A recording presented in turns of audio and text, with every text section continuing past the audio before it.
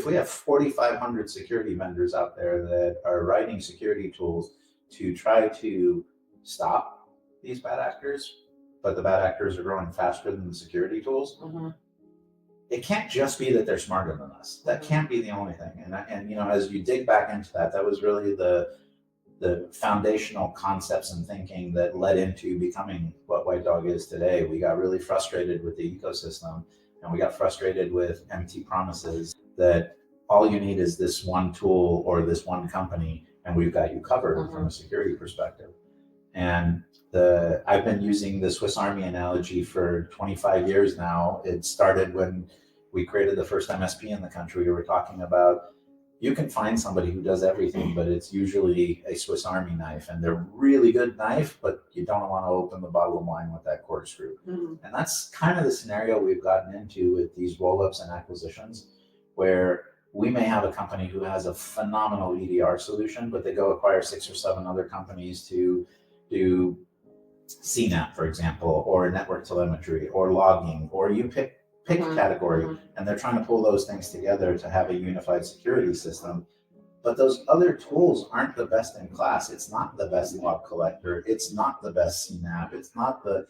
So you get one really phenomenal tool out of that Swiss Army knife, and the rest of them, like, I don't know about you, but I don't like using the toothpick inside the Swiss Army knife. It's awful. So I just think people need to be cognizant of the fact that this one throat to choke, one vendor to rule them all is kind of a mythology that we've created that sounds like a nirvana, but in reality, it's actually a nightmare, because we end up getting substandard technologies to solve a very serious problem. And now we're seeing transitions. It's not only manufacturers now.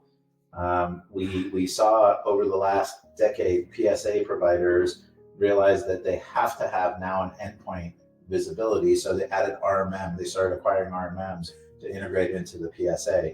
There's RMM providers that started building PSA functionality because they realized they're not going to be able to sell their RMM if the PSA has an RMM. And so they started crossing over and started cross-pollinating, if you will, to compete with one another effectively. Fast forward to today, all of these RMM and PSA providers are now acquiring security tools. And the talk track is consistent. They're all going to solve all your problems with regards to security and IT. They've got tools at the endpoint that act like an MDR, act like a monitoring tool, act like a remote management, software distribution, patching, like all the stuff. Sounds phenomenal. Where do I sign up? But then you start to peel back the onion and you're like, okay, that MDR doesn't really actually do anything. They either acquired a technology or using open source technology, or they're OEMing some third party underneath the surface that they've integrated with their RMM. And fundamentally, you're getting this problem of getting, once again, substandard Swiss Army knife functionality. What's even worse from the PSA and RMM rollups is some of them are partnerships that they acquire, some of them are acquisitions, but they're all independent, unique platforms.